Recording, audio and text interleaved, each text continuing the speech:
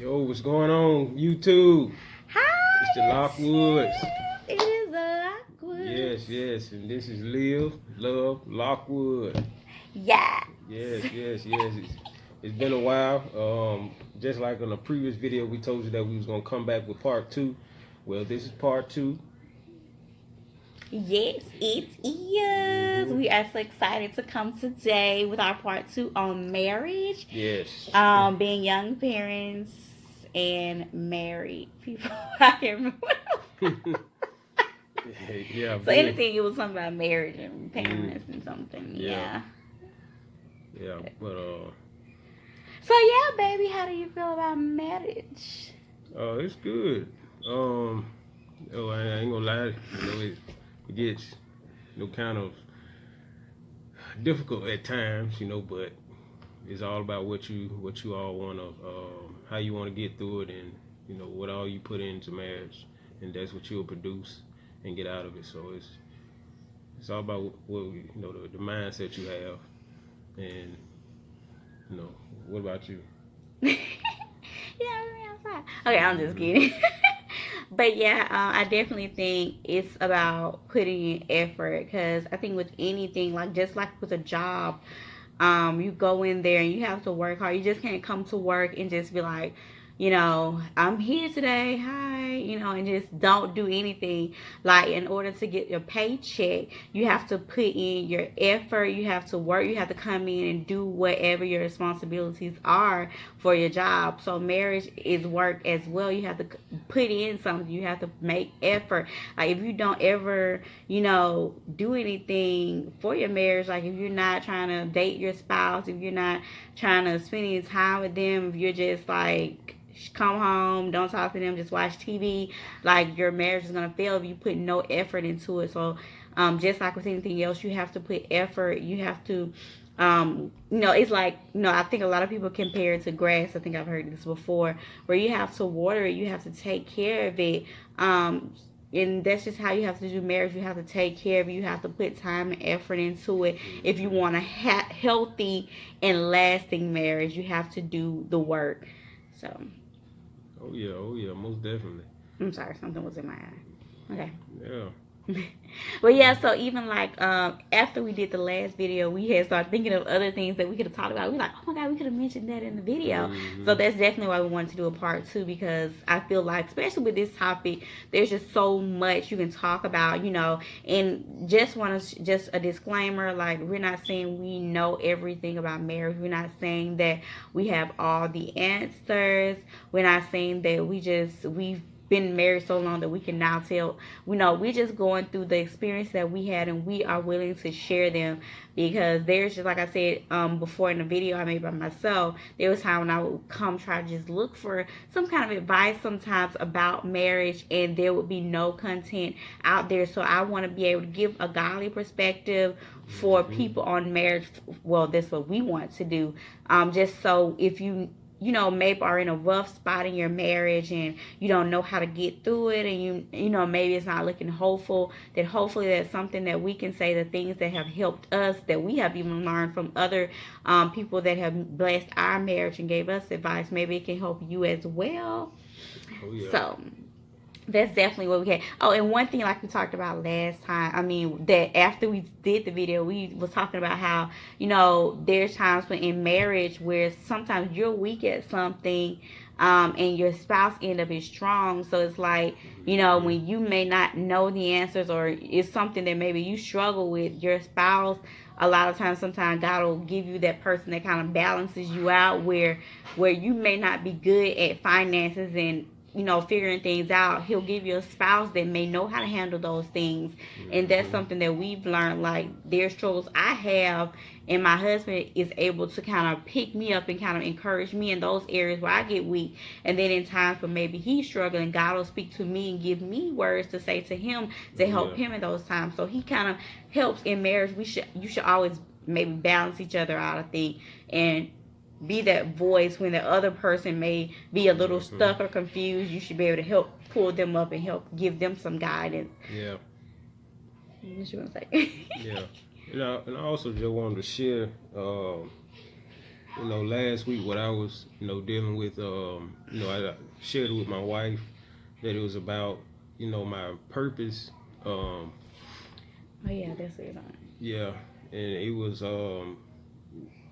probably just like a few days last week. I was just, going back and forth with myself, trying to figure out, God, what's my purpose, and just feeling like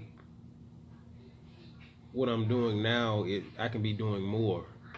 So I shared that with my wife, and she was able, God was able to speak through her, and give me an encouraging word that really lifted me up, and gave me that push and strength that I needed, to get to this point that I am now. But with that, I'm also still growing and still learning, and it was just basically me just having my eyes focused on something else instead of what's right in front of me, which is my wife and our kids, and I just thank God for that word that He spoke through you, that really pierced my heart and helped me, open my eyes, to see, the task that I have at hand. So, I thank God for that. Amen. Yes, most definitely. Like, I think both of us get to those points where sometimes, even for me, um, when I was just in a season where I was just a stay at home mom, and I was looking for work, but it was just hard at the time. Nothing was coming through. So it was at the time that the only thing really I was doing was being a wife and mom.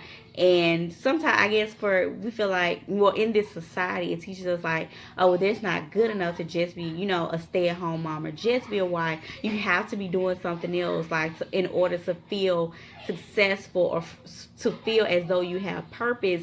But God has given us purpose in those things as well. Even if you are somebody who may just be a stay-at-home mom, there's purpose in that. God will use you to bless your family. Now you have more time, honestly, to dedicate to your family, to give to them, to make sure your house is in order and is clean, and you don't have to worry about coming home and your husband or family having to live in a dirty home, or not getting a home cooked meal because you're too tired once you get from work. You have more time to dedicate to that. So you have to realize there's purpose in that. God will bless you in being a stay-at-home mom. And even if you are a mom who also works, because I've been that mom as well that had to work when I was working my full-time job. There were times I would get home sometimes later than my husband, and then he would have to take on that responsibility of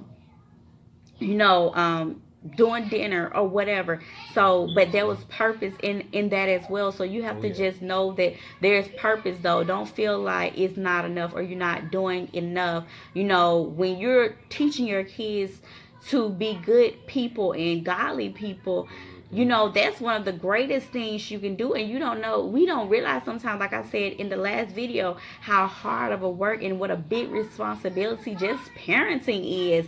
And I think sometimes we forget and we neglect and know we don't give enough energy to our kids and teaching them and training them to be godly people, because in this society we get so distracted with phones and social media that sometimes our kids are just looking for our attention. They're looking for guidance. They're looking for us sometimes just to read us a nighttime story or something. They just want that attention. So we forget that there's purpose in that. There's work that can be done, and we're neglecting it because we're thinking that we need to be doing something else. When our kids are like, hello, I'm right here, give me some attention, parent me here, I'm your job right now. So we have to just realize that there's purpose in these things, that God, blessed us, and He wants us, to see the purpose in the things that He's given us as being married or being parents. Like, that is good enough. Even if you do have time outside of being a parent and a spouse, then if you have time to do something else, God will open those doors for you to do it. But until He does, you have to just work in that harvest of your home and make sure you're building up disciples in your children. So, and my husband also, he got these scriptures. His coworker suggested that we talk about and just kind of share with you. And I'm pretty sure some of you out there read your Bible, you're familiar with these scriptures. It comes from 1 Corinthians 7. You want me to read, or you gonna read? Okay, he got it. We got our computer right here. Got the scripture pulled up for both of us can see. So he's gonna share it with you. Yeah. So I was at work this past Friday, and I was talking to my coworker. Well, actually, we was watching our previous video, and I was just letting him hear it, and he heard some of the stuff that we was talking about, and he suggested a scripture that that would be good, to share, for other married couples. And when I read it, it really spoke to me because, once you get married, you have to realize, that your bodies aren't your bodies aren't yourselves anymore. Your bodies are given to one another.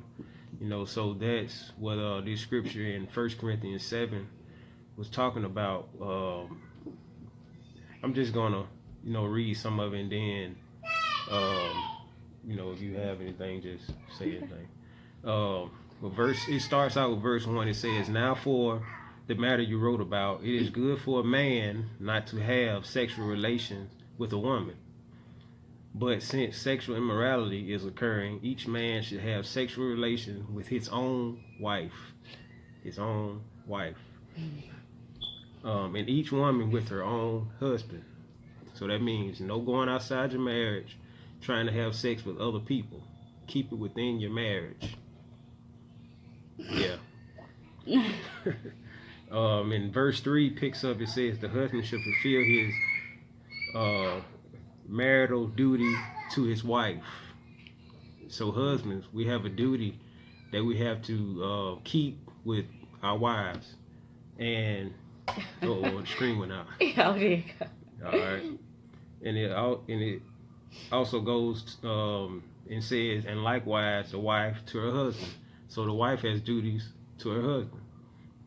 And verse 4 says, the wife does not have authority over her own body, but yields it to her husband. And in the same way, the husband does not have authority over his own body, but yields it to his wife. Do not deprive each other, except perhaps by mutual consent for a time. So that's saying, like, if you all choose to take some time away from having sex, make sure you both agree on it. And also in the scripture it mentions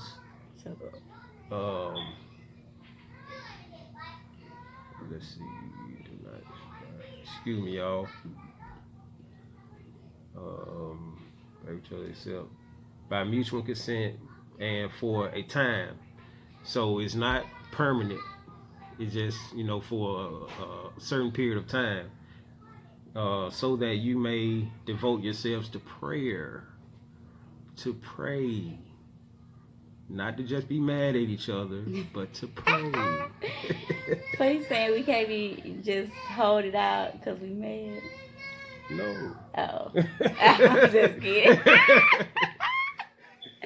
I'm just kidding, guys. Because we want to be that way. Like, especially as women, we be like, I'm mad at you.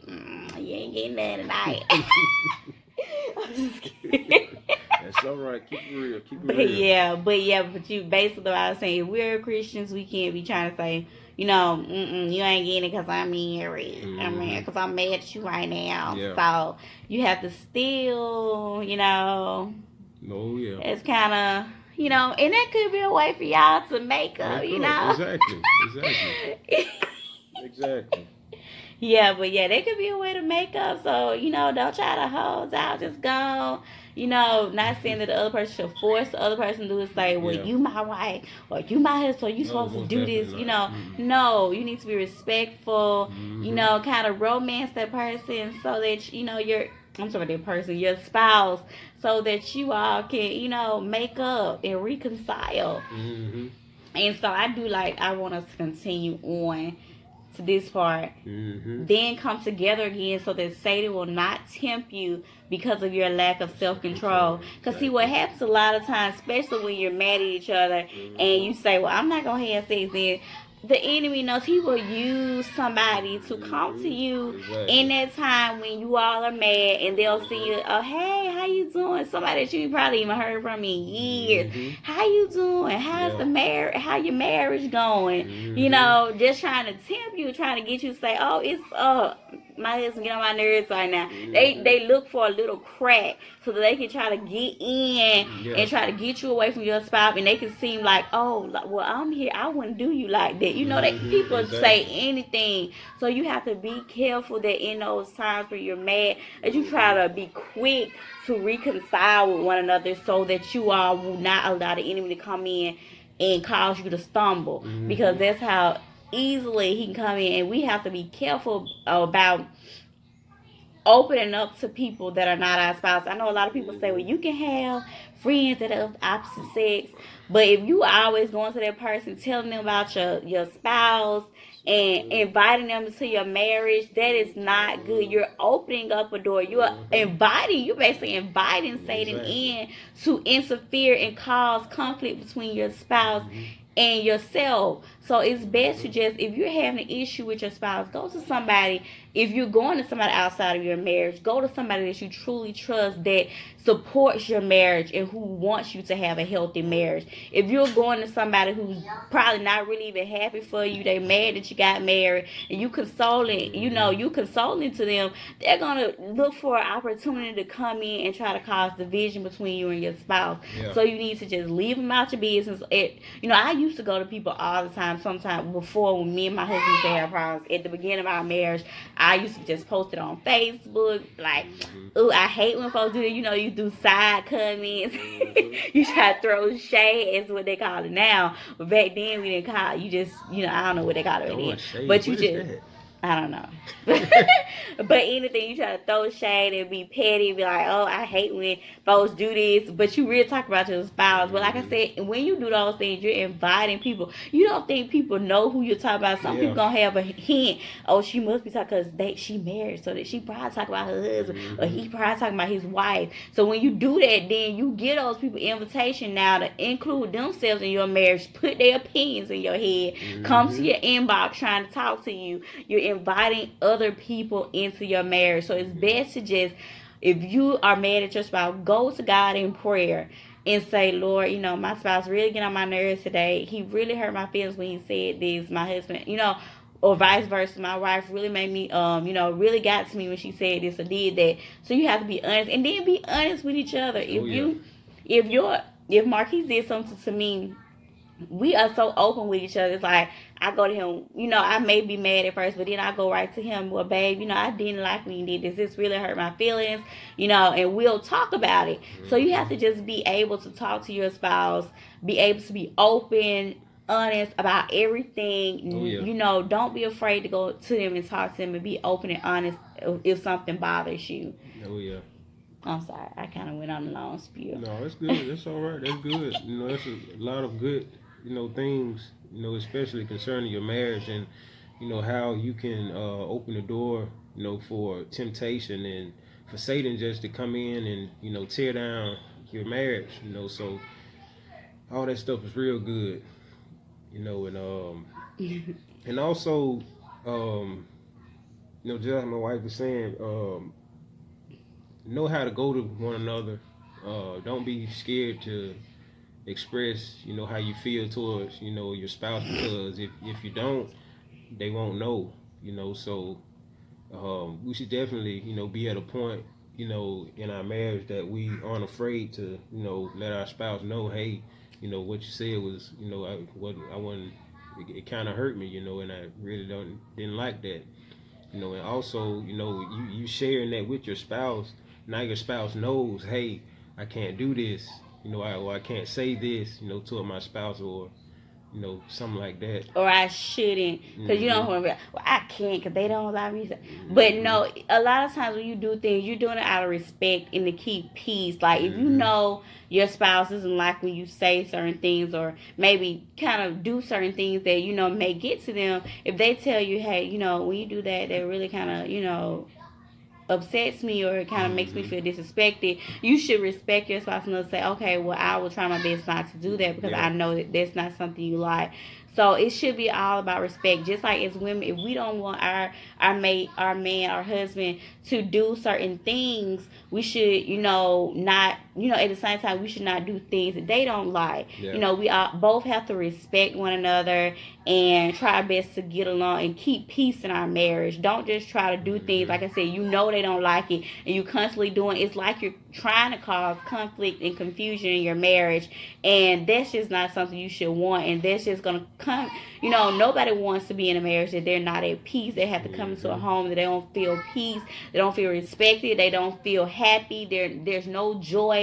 That nobody wants to stay in a marriage like that. So it's best to do things to respect the other person and cause them to, this is Kaylee, and just cause them I got all lost because she wants to come with her pony and say, hey, Kaylee. Say, hey, Kaylee. Say, hey, you too. Sit down. You got... Kaylee, don't do that. You can stand by me. Come on. But anyways, yeah, so you should do things just to make sure that your spouse feels respected and loved and, to make the house be peaceful. Oh, yeah.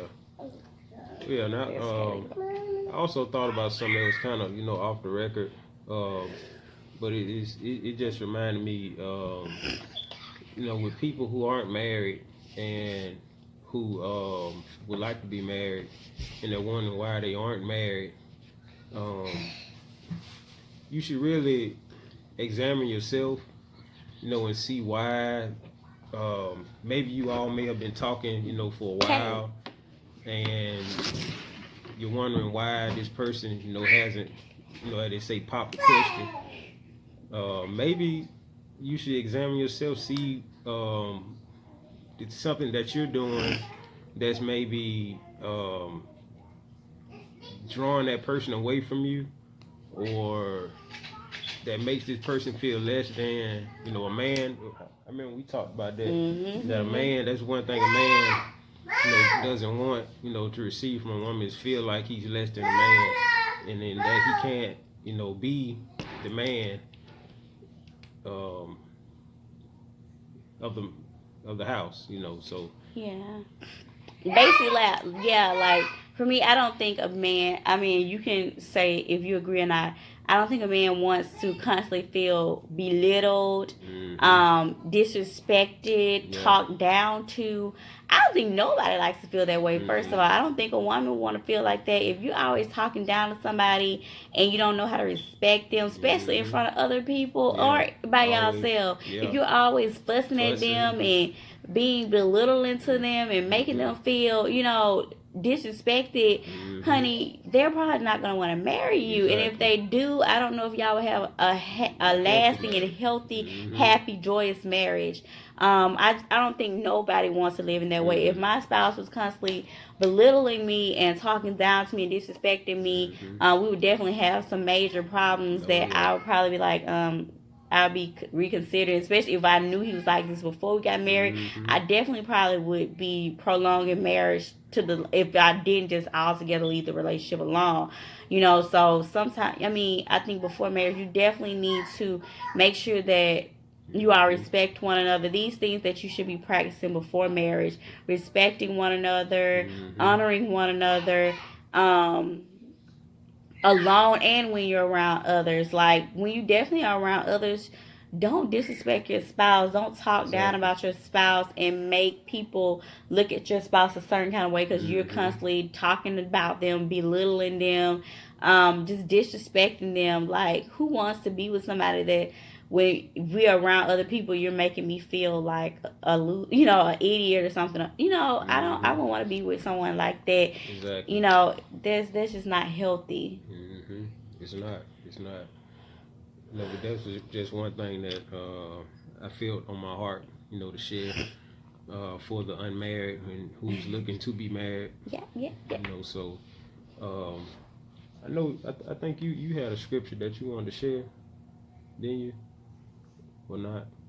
I think I gotta see, because I think I was reading over some and when he told me about his, and I was like, it's some good. Oh my god, it's like just some good verses, and I really wish I knew it was gonna do it, so I could have just been preparing. It's all right. Okay, I don't know. We can always I do think a it's part this 3 one. if we need to. Yeah, we might. We definitely may. Yeah.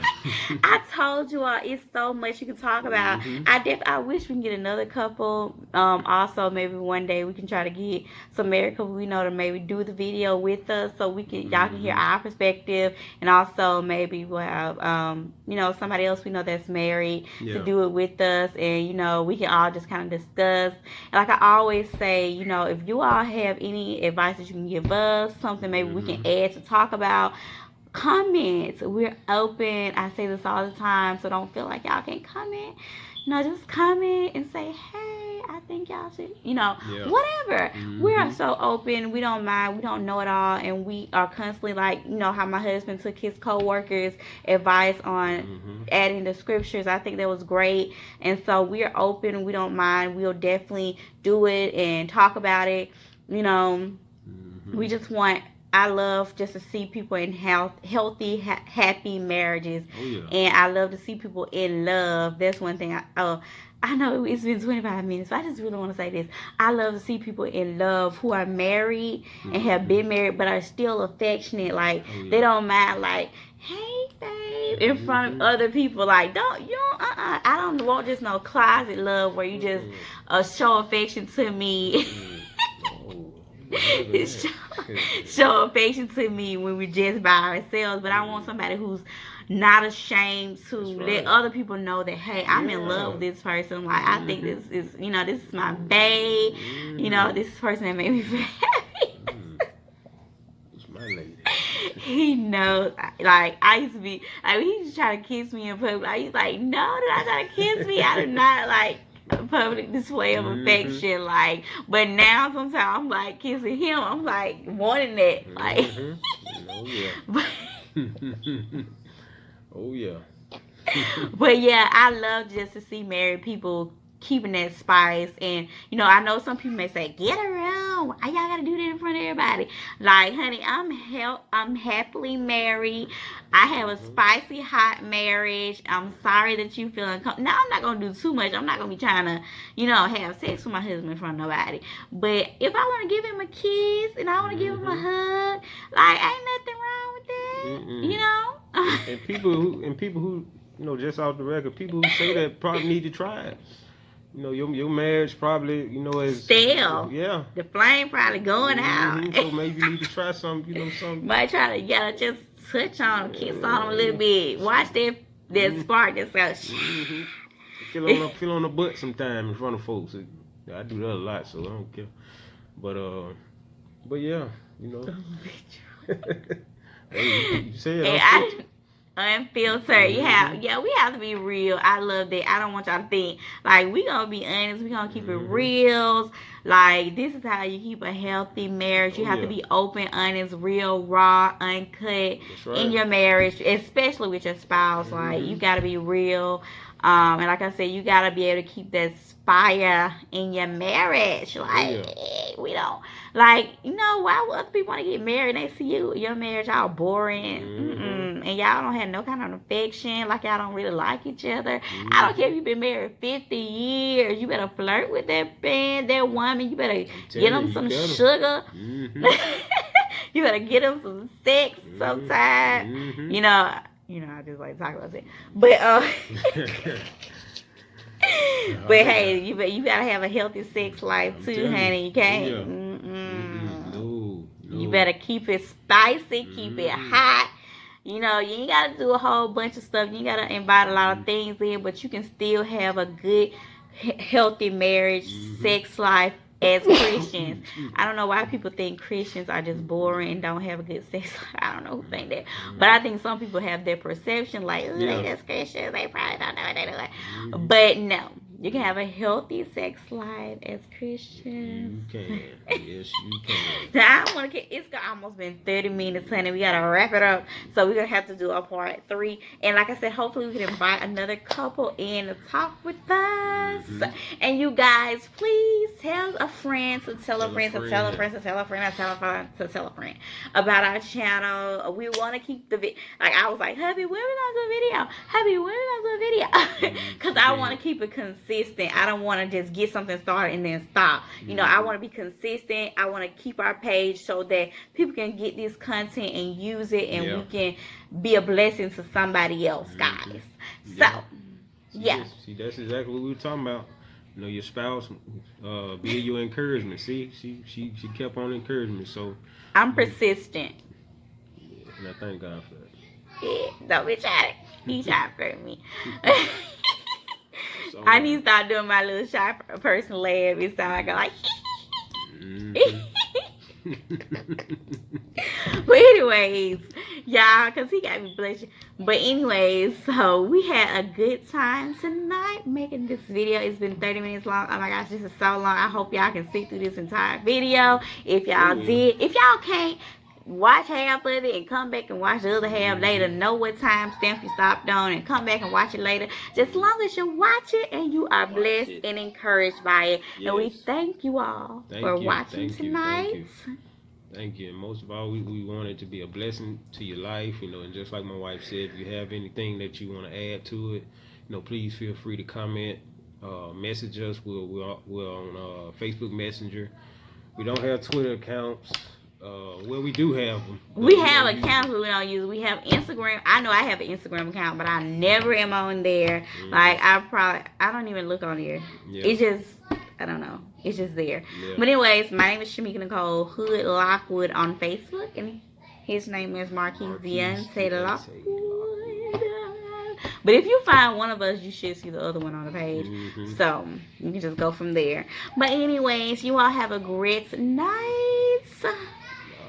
And subscribe to our channel. Comment down below anything you want to say to us, just to say hey if you wanna. I don't know what got into me. I just want to sing. But yeah, you all have a great night for real, and we love you all. Thank you all for tuning in. You all have a great night. Again, comment, subscribe, like, give us a big thumbs up on this video if you liked it. Yes. And you all have a blessed night. All right. Peace.